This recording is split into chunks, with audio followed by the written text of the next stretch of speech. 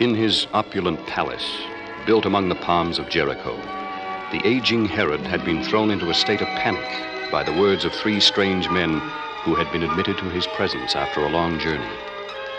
They now stood facing him, with Herod's own astrologers behind them.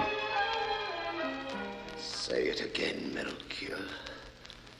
That is your name, isn't it? Say it more slowly. We have seen his star in the east, O king, and are come to worship him. Whose star? The King of the Jews. There is only one King of the Jews. I am the King of the Jews.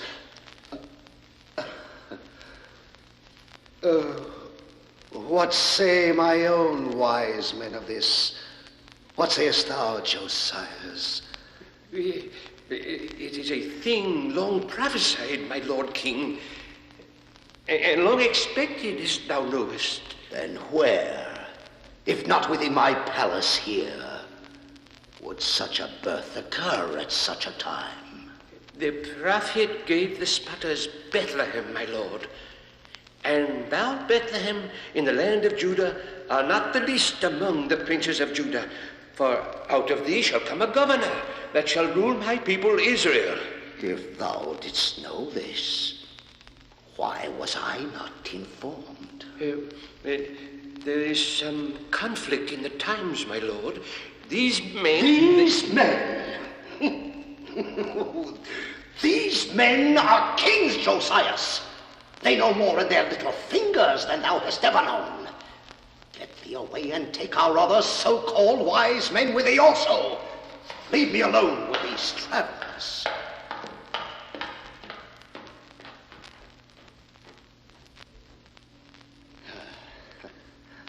And now, my friends, this star that you have discovered in the east, when was this star first seen? Some 40 nights ago, O king. And we have traveled far, sir. From that night unto this. If this event be as you say, then go and search diligently for the young child. And when you have found him, bring me word again, that I may come and worship him also. That thou shalt worship him? If such a babe is born, with such a destiny, what else could Herod do? The king alone knows what the king might do.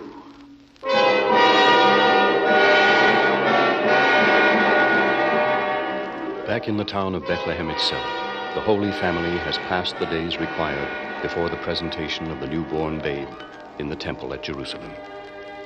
Now they have made the easy journey of 6 miles. But after the ceremony, they will come back again to the little town for a brief rest before their arduous journey home.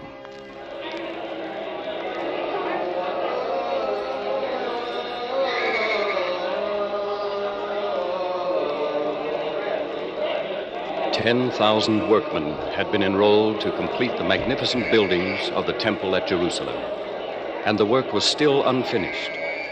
Yet every day, a teeming multitude was there. And it was through crowds of herdsmen and money changers, hurrying priests and messengers, that the simple carpenter from Nazareth, with Mary and her baby, had to make their way. Up they went through the marble columns and over the mosaic floors, beside the fragrant woods from Lebanon and under the gilded roofs, carrying with them 2 turtle doves for sacrifice.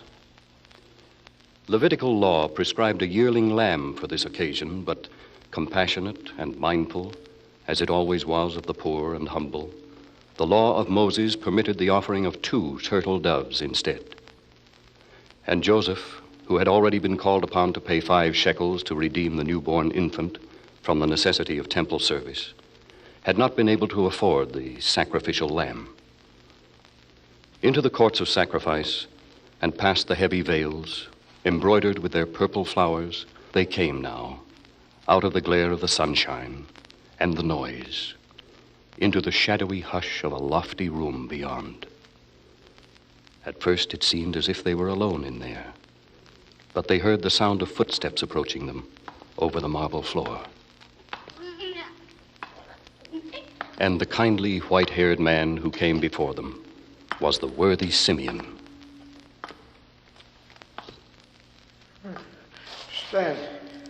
Stand there a moment. Do not move. Oh, this is how I knew I would set eyes on him. Hast thou been expecting us? I, Joseph of Nazareth, for many days. They call me Simeon, the old one, and I am long past the span of years allotted to me. Did some man tell thee we were coming? No, it was no man who told me. It was revealed to me by the Holy Ghost that I should not see death before I saw the Lord's anointed. Come closer, Simeon. Look, let me hold my little one up for thee. Pray, what is his name? His name is Jesus. Jesus. Then let me hold him up. Here, in the shaft of sunlight where my old eyes can better look upon him. Take him then. Oh, may the Lord be praised. How peacefully he rests there in thine arms, almost as if he knew thee. Lord, now lettest thou, the servant, depart in peace, according to thy word. For mine eyes have seen thy salvation, which thou hast prepared before the face of all people, a light to lighten the Gentiles, and the glory of thy people Israel. He speaks as one in a dream. Nay, my love. He speaks as one who sees beyond a dream. Take him back into thine own arms, mother. Behold, this child is set for the fall and rising again of many in Israel, and for a sign which shall be spoken against. Yea, a sword shall pierce through thine own soul also, that the thoughts of many hearts may be revealed. Simeon? Whoever he is, Simeon. Come and see him. This is the day of days, Anna. This is the Lord of Lords. Who are these people? I am Joseph of Nazareth. This is Mary, my wife. And this little one she holds in her arms, Anna, he it is of whom it has been told us. Anna is a prophetess, good people, of the tribe of Asher. She hath served God with prayers and fasting in the temple night and day for many years. This is the Lord's anointed. Oh, blessed art thou, Mary of Nazareth. Yet there is grief with all thy joy, and there is pain in the life that lies ahead for thee. God give thee strength to bear it. His arms are all about me, Anna. It is his hand that holds my little son. The Lord bless thee and keep thee. The Lord make his face to shine upon thee and be gracious unto thee. The Lord lift up his countenance upon thee and give thee peace. By now, the three wise men who had discussed their quest with Herod had reached the town of Bethlehem, and they rejoiced that the star they had watched so long had brought them to this moment of fulfillment. But suspicion of Herod and fear of what he might attempt was still very much in their hearts as they were ushered into the presence of the child they had come so far to seek.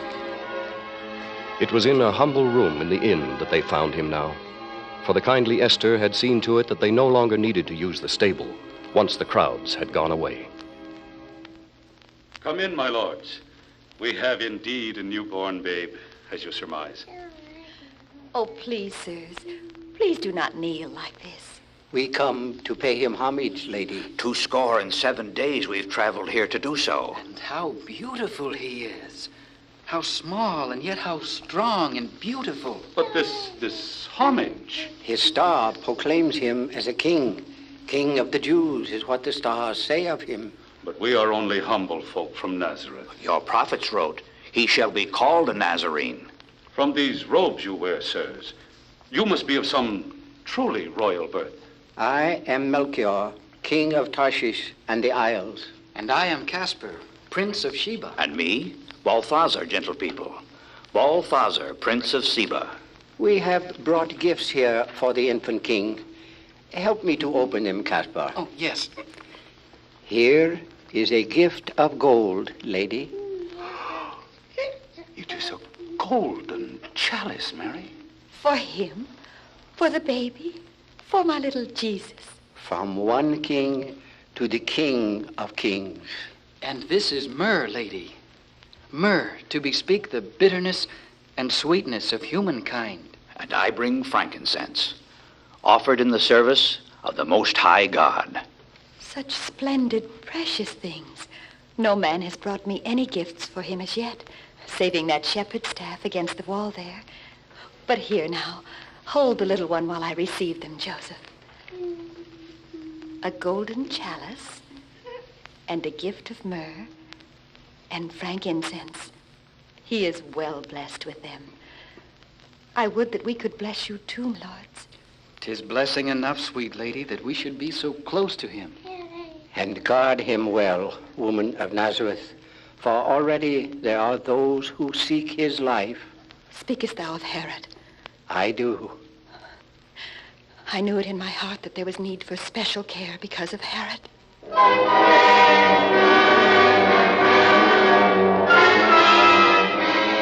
So the wise men departed, and being warned of God in a dream that they should not return to Herod, they went into their own country another way.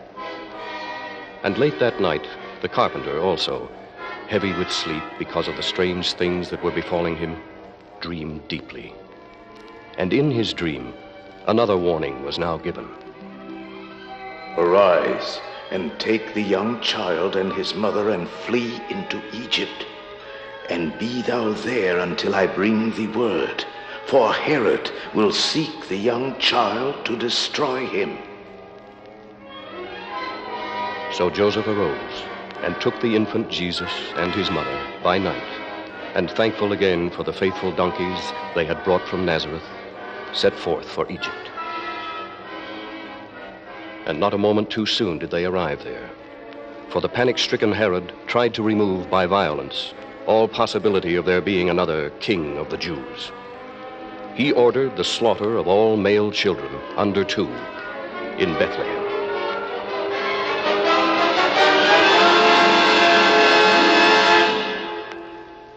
But he did not long survive this blackest of his crimes.